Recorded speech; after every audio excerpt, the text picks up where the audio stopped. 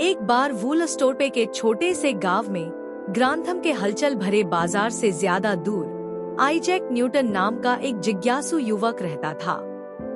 एकांत के प्रति अपनी रुचि के बावजूद इसहाक अपने जिज्ञासु स्वभाव और आकाश में सूर्य के पथ से लेकर गांव की मिल के यांत्रिकी तक हर चीज पर सवाल उठाने की अनोखी आदतों के लिए पूरे गांव में जाना जाता था।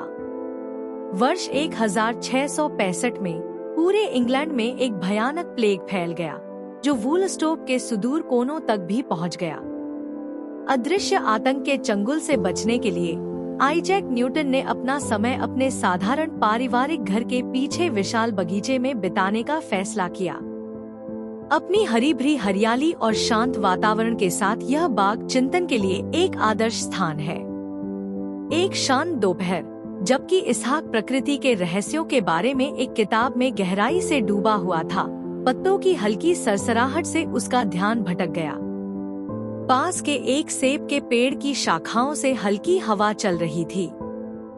ठंडी छाया और सेब की मीठी खुशबू आकर्षक लग रही थी, इसलिए इसहाक ने अपनी किताब एक तरफ रख दी और पेड़ के नीचे लेट गया और ऊपर लटकते हुए भारी फलों को सूरज की रोशनी के बीच से देखने लगा। जैसा कि नियति को मंजूर था, जैसे ही इसहाक उन शक्तियों पर विचार कर रहा था जो चंद्रमा को पृथ्वी के चारों ओर निरंतर कक्षा में रखती हैं, एक सेब अपने तने से ढीला होकर जमीन की ओर अपरिहार्य रूप से उतरना शुरू कर दिया। एक हल्की सी गड़गड़ाहट के साथ वह इसहाक के पास जा गिरा, जिससे वह चौंका देने वाला नजर आया। आइजैक न्यूटन, जो सदैव विचारशील था, सेब को देखता रहा, फिर पेड़ को और फिर सेब को। अचानक उसके भीतर जिज्ञासा की चिंगारी भड़क उठी। उस सेब को हमेशा जमीन पर लंबवत क्यों उतरना चाहिए? उसने जोर से सोचा। इसे किनारे या ऊपर की ओर क्यों नहीं, बल्कि लगातार पृथ्वी के केंद्र की ओर जाना चाहिए?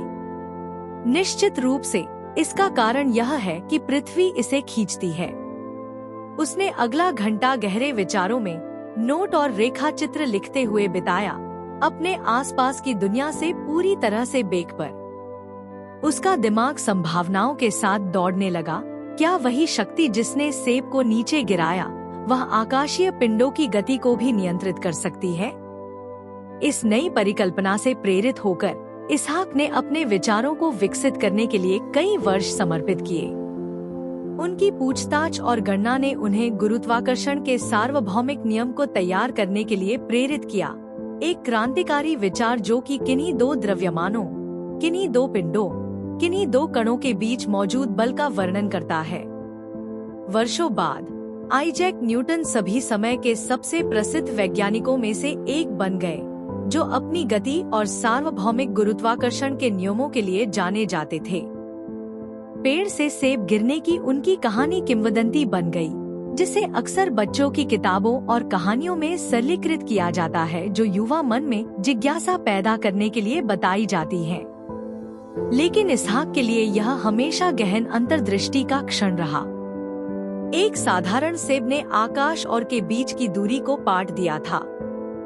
पृथ्वी उसे दिखा रही थी कि वही अदृश्य शक्तियां विशाल और सूक्ष्म दोनों पर शासन करती हैं।